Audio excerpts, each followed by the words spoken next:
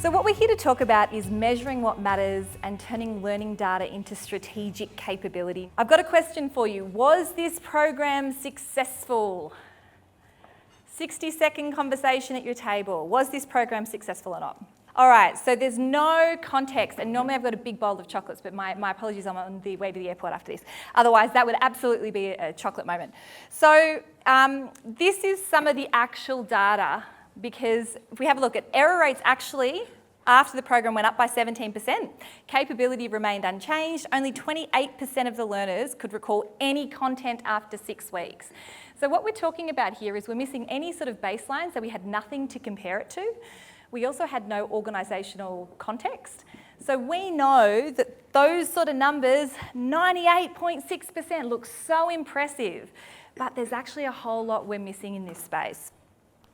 So this is what we're going to look at today in this session. We're going to look at the landscape, because the landscape that we're all operating in has significantly changed, and so has your position within that landscape, whether you're necessarily aware of it or not. I've been to some really amazing learning conferences this year, and I would say the conversations that are being had by learning and development now are starting to be very different than they were even 5 years ago. So we're going to talk a little bit about our strategic positioning. We're going to look at that shift from functional learning and development, so your tick box, to that strategic positioning. How do you get there? Because that's where you get a real seat at the table. So we've got some practical skills that we'll introduce you to in the session today too. Some of you will be using some of them already, but this is a really good opportunity to share with people at your table, because in doing that, what you're going to do is be able to leverage the experience of others around. Then we're going to be able to look at capability signals. So we know that we are moving away from what was purely a knowledge-based economy to a skills and capability economy. So gone are the days when you do one qualification and it sets you up forever. We're looking more at transferable skill sets. And we know to do that really effectively, capability measurement and understanding what actually is capability is really important. Now, the LMS has got some really good tools for that built in, but what we want to talk about today from a learning point of view, this is all around measurement. And then some insights. So this is where we're going to share some of your insights as learning and development professionals across your organisations. Okay, so this is the context in which we find ourselves at the moment. We've got learners who are often choosing their own pathway. For a government client at the moment, we are designing a just-in-time learning pathway for APS 5 to EL2. It's learner-led. They're going to engage with the skills exactly as they need them. But that makes it a really challenging spot to collect data, because all of a sudden there might be one singular learning intervention. How do you track that through to any sort of organisational outcome? We also know that work is complex, fast, and often ambiguous.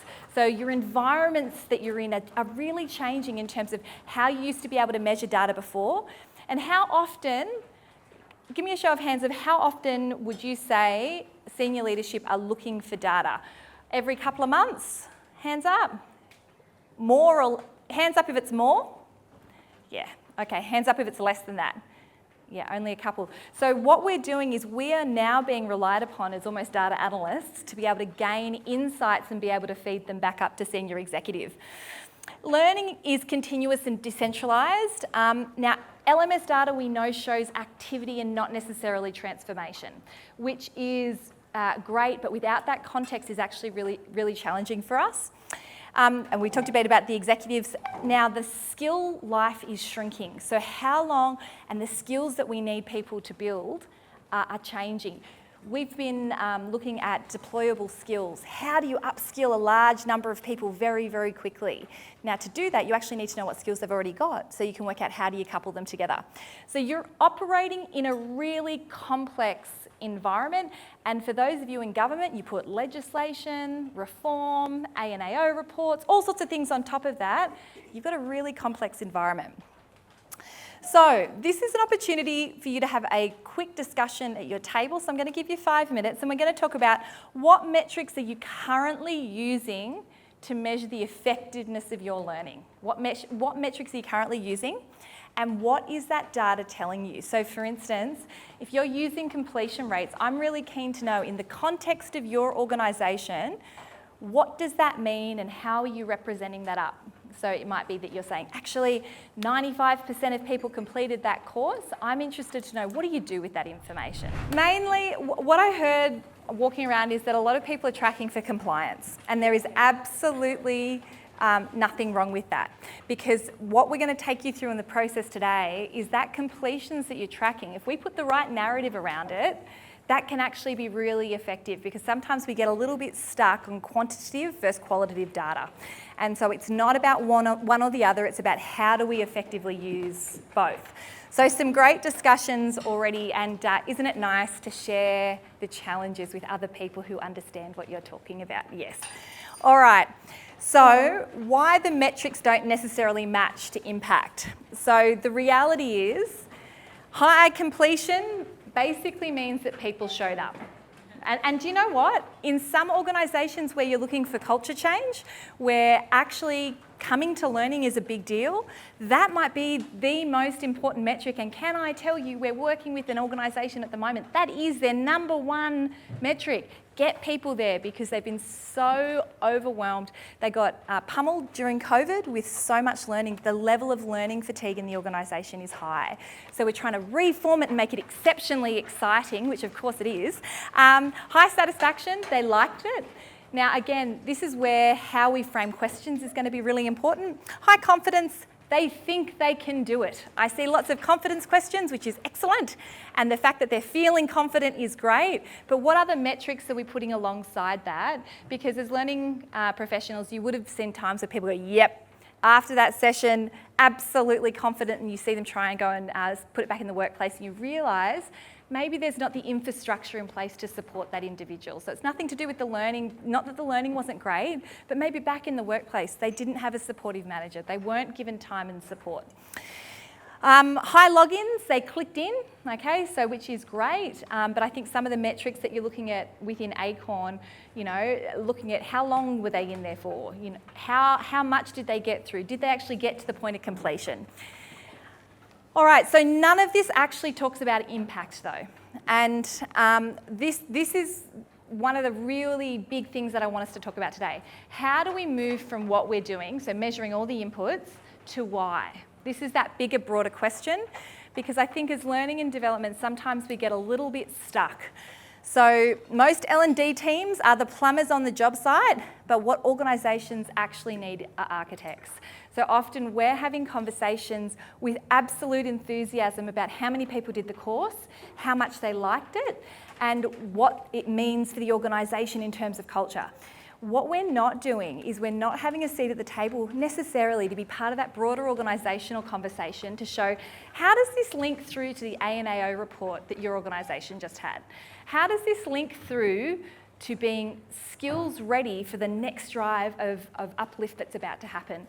So the conversation, if nothing else out of today, starting to simply change this frame of thinking, because I think sometimes we know what we do and we get really excited about it, but it means that we could get stuck very operationally, and senior leadership are not necessarily looking operationally. What they're looking for is the big picture vision. Where is this going? How is this supporting capability? But I also know that's really hard, right? This is not an easy thing to do. So the shift, functional learning and development, looks at courses, content, completion, compliance, reporting activity. Strategic learning and development, you're looking at capability, behaviour, risk reduction, performance uplift, workforce readiness, aligned to organisational outcomes. This is where we change the narrative. So we might have said before, we've had 800 people trained in the regulatory compliance space, and now they are compliant too, because we have trained people in this particular workplace health and safety. We estimate that we have saved let's say $5 million on potential workplace incidents from this year to last year. But that's that contextual information that we're talking about that sometimes we don't link together. All right. Who's familiar with the wonderful Kirkpatrick? Yes, it is. It's something that's been around for a very long time. And it is, for those of you who haven't seen it before, it's simply a way of looking at evaluating the effectiveness of learning. So at the bottom here, you've got reaction. Did the learners like the training program? Learning. Did any knowledge transfer occur? Behaviour. Did the learners' behaviour change as a result of the learning? And I think floating around, I heard a lot of people say they were quite stuck at level 1. So you've got the happy sheets, the Likert scale. Now, I hear a lot of people talking down about different forms of evaluation. Again, as long as you can link them to a strategic initiative, that's okay. Everything has a place at the table because we know you can have absolutely excellent training that's designed really, really well. I was in a session the other day with Respect at Work, and there was for a construction company, and the senior leadership came and talked to me about the fact that the facilitator that they had come in previously started pointing people out during the training session and volunteering them to talk in an So that experience in terms of the participants' reaction in that data was really important because I can tell you what, only about 3 out of the 40 people came back after lunch. So that's data you want. So what I'm getting at is don't underestimate the value of any of the data. It's about, is it fit for purpose? Are we asking the right questions? Then you're looking at results. So I've heard a lot of people too trying to move to that behaviour, results, and then we've got return on learning. We won't go into that into a lot of detail today, but just being aware that we want to start to have conversations in a broader frame. What is the actual return on learning here? So this is just a bit of a frame that you're familiar with and the reminder that no data is not important. It is just about how we frame that data. But what story are we telling and why? So we're really looking to become strategic partners rather than just learning and development. So I was having a conversation with someone before from a department that we're working with around some of the conversations that we've been able to have a little differently because we're having conversations around some of the feedback that they've got more broadly at an organisational level, not at that just myopic learning level. What I want you to think about is if we're shifting the conversation to not be a service provider internally, but to be a strategic partner, so if you're really going in as the architect, what conversation would you have differently? How would you frame up the data that you've got? Which leads us to, so we're Wisdom, so we do nationally recognised qualifications, large-scale rollout. So for us, we get really excited about things like insider threat, intelligence, investigations, compliance. That's us. But what we're able to do is we're able to be a compliance and strategic partner to a lot of the organisations we're working with. The reason I bring that up is because I have a real passion for evaluation data because I think it changes the narrative and it drives the story. So we've just partnered with University of Technology Sydney and they're amazing data scientists, and what we're really looking to do is work out how do we change the narrative around evaluation. So we know it's really important that we capture the past because we need something to compare it to. We need to know what's happening now, but we need it in the context of where we're going, because unless we've got those 3 things together, what we're going to find is we're struggling to paint a picture and we're going back to talking about this is the number of completions. All right, so we've got a couple of activities for you coming up. So here's the situation. There's 2 teams with identical LMS data. All right, good, looks good on the LMS, but in reality struggles, still escalating basic work, errors stay high, no change, versus the other organisation who's gone through the training. Maybe it's a mix of online and face-to-face and some e-learning, so we've got a hybrid model thrown in there. What I want you to do is have a quick chat at your table. If you're now moving into this sort of frame where you're looking at past, current and future, what sort of things would you be asking these organisations around data? What are you going to be looking at? If you're looking, remember, you're not looking to be the plumber, you're looking to be the architect. So what's happened? You've come in, you've got these 2 teams within your organisation. And this team, they've both got great data, they've had great completion data, they seem really engaged, yet when you get the data from the workplace, it says these guys are struggling and these ones are not. tell me, what are the data sources you'd start to look for? And what are the questions you're going to start to ask?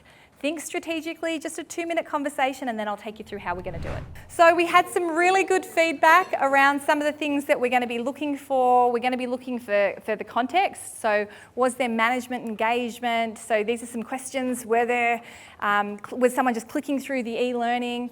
When they get back to the workplace, were they being asked anything about the learning? Have you got data sources around engagement surveys? Are you looking at how many people have left the team? So there's actually a lot of data you've got access to. It's just a matter of how do you pull that together in a really effective and easy way.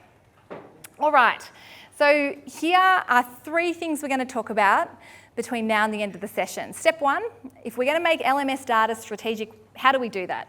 We're going to look for the capability signals, the contextual indicators, and look for the transfer. So look for how does that information then get put back into the workplace. All right, so when we're talking about capability signals, these are markers, these are observable markers that someone has developed capability. Now, depending on the sort of learning you're doing, this can be quite straightforward or quite difficult. We know that if you're developing leadership capabilities, it's very difficult if you're talking a return on learning to say, that learning program that my EL2 did or my senior leader 2 years ago had a direct link to their promotion. That can be really difficult to make those sorts of claims. But there are different claims that we can make to look for when we're looking at improved things like decision making.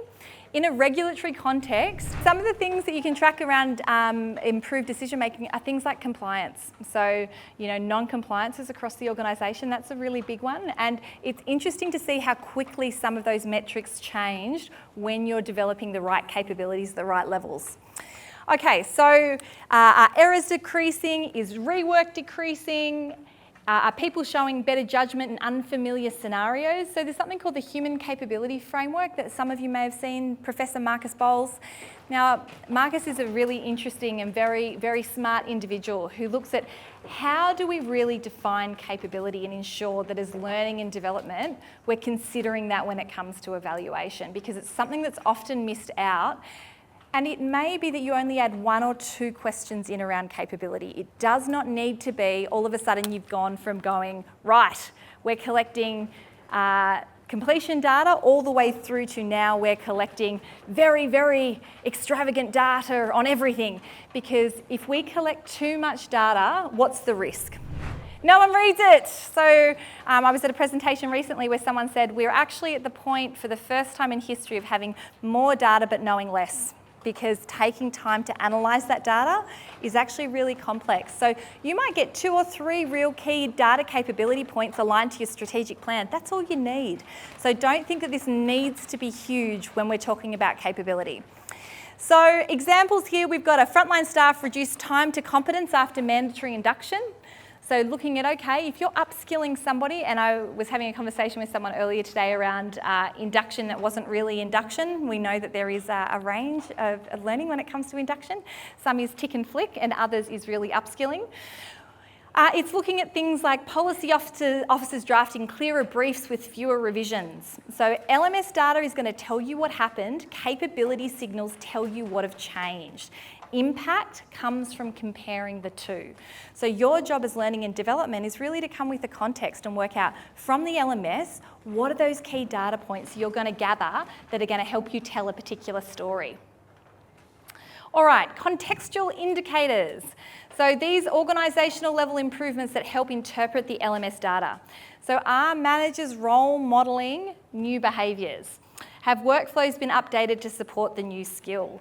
So I'll let you read through that, but LMS activity tells you who touched the learning. Contextual indicators will tell you whether the environment was ready for that or not. So we know that where there isn't the environment to support the learning, what happens to the learning? Very little. So it may be that if it's not supported by managers, if it's not supported by time, it's not supported by resources, very little of it has the opportunity to get implemented over a longer scale. So I think Blake made the point around more learning isn't necessarily better, more is just more. It's about the right learning at the right point to the right person. So how do you find that really effectively? Well, there's a bit of work in that. We're not talking simplicity here, but what we are doing is we're now starting to really think about it. So I would say we say no to more work than we say yes to, because often the solution isn't learning. So often we get called in where there appears to be a capability gap, but it actually might be a process gap. Maybe the organisation doesn't have the right managers in place to support the embedding of learning. So it's not as simple as simply saying more learning will help fix the problem, because we know what will happen is learning fatigue.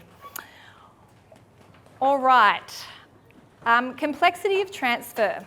So it's really interesting. We'll often support a capability uplift, and this can be in compliance, so workplace health and safety, or it might be in fraud.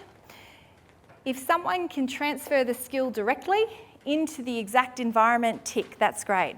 But we are moving into a space, like we talked about earlier, where the current status quo is not staying the same for very long, and we need that application and that thinking applied in a range of different contexts to be really effective.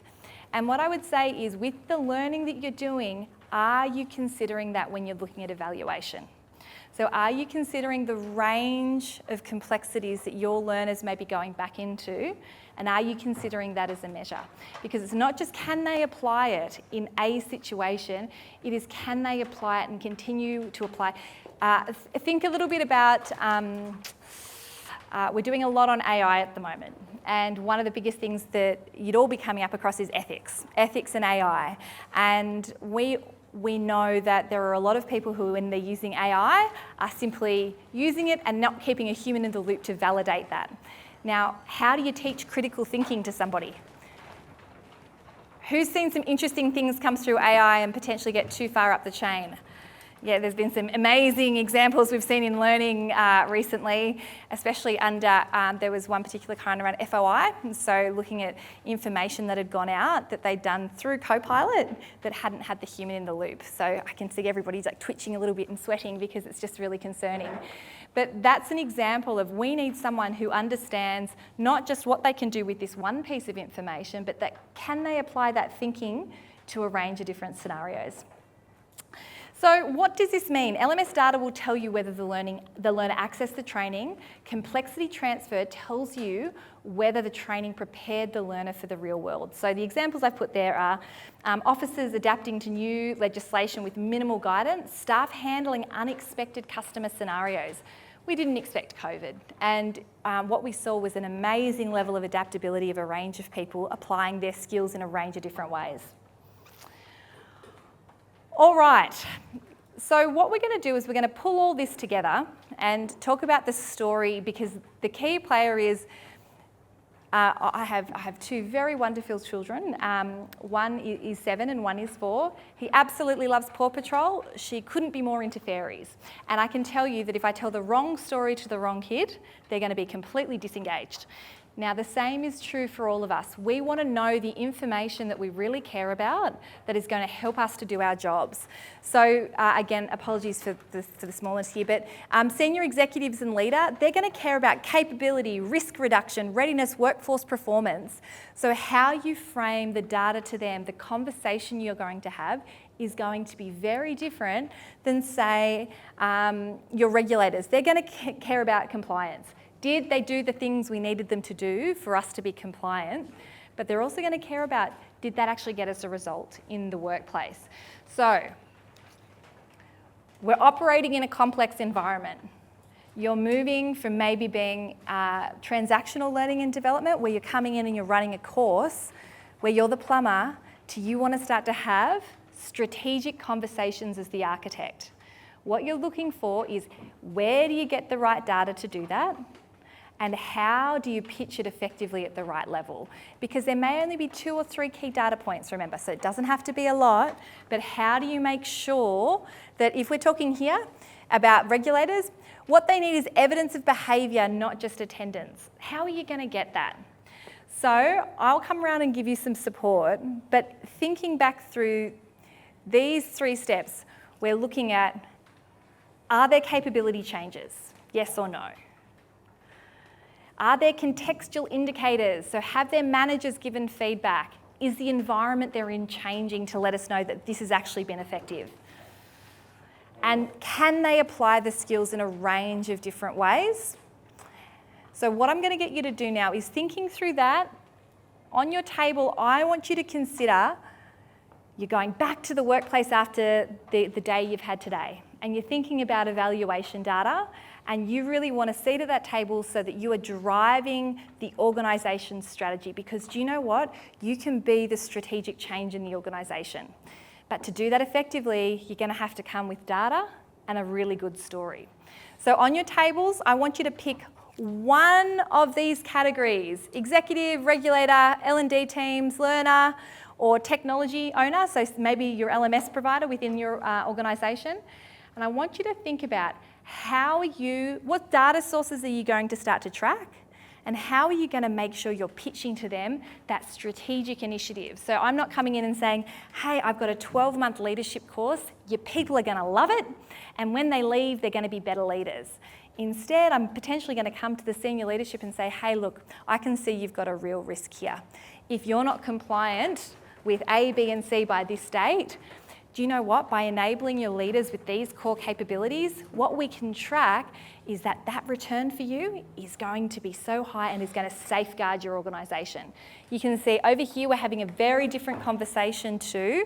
We can run a really great leadership course and people are going to love it.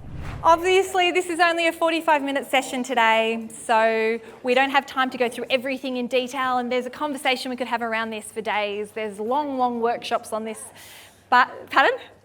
Let's do that. Yes, I know. You're speaking my language. I'm very excited. I think one of the big things that I heard walking around is actually there was some really interesting themes. Just that reminder that it's not just about changing the data, it's about changing the narrative around that data, because what means something for one individual or one part of the organisation is not going to necessarily be in place for another. And the other thing is that it's not straightforward. So incremental changes are better than no changes, and that if you're looking, I met some learning and development people recently, and I asked them, well, have you read your strategic plan, and do you know what your senior leadership will support? And their answer to me was no. So that makes it really hard. So when you're looking from a context point of view, what are you able to do? Because you actually don't have all the information to be able to make really good decisions. So in wrapping up, when you're looking at converting LMS data into capability signals, I've actually taken the 3 headings and I've really looked through to consider, if you're looking at this from a capability lens, how would you take the data-rich environment that you've got in your learning management system and translate that to capability? I'll give you a few examples, but then we'll email you through the slides. So high completions, what decisions improved afterwards? High satisfaction, what behaviour changed? So you just got to link them together. Organisational context, decode the LMS data, because it's not about the data itself, it's about what does it mean in your context. So what's changed in workflow quality? Did rework escalate? Look for evidence of capability in complexity. Can people handle novel cases? Investigations, this is always a really interesting one for us when we do investigations training. And I think probably because we're a registered training organisation, what we can see is we can see national benchmarking and competency standards. So did someone really get that? Can they apply it? But what you want to look at that is over time. And I heard some of you putting in place 3, 6, 12-month evaluations. That longitudinal data is so valuable, because what you can actually see is change over time. But I think the biggest thing working with the UTS data scientists is less is more. So what we tend to do is some often quite excited learning professionals is we tend to want to try and do all of it. They said the smaller that you can make it, the more specific, the better the evaluation data becomes, because then you've got a really good baseline, you can see where you're going and what's changed, and you can see what needs to come next. But if you're doing that really broadly across a very wide spectrum of skills, that is very difficult to do. So in finishing today, capability, measuring impact of capability. Capability, the demonstrated ability to apply skills, knowledge, behaviours, values and judgment in context, under real conditions over time. That's what we want to do. We're here to make a really big difference. all that evaluation data does is it helps us to do that really effectively. So thank you very much for your time today. My name's Jana, Clyde. Please feel free to connect on LinkedIn if you've got any questions. It's a topic I'm really passionate about.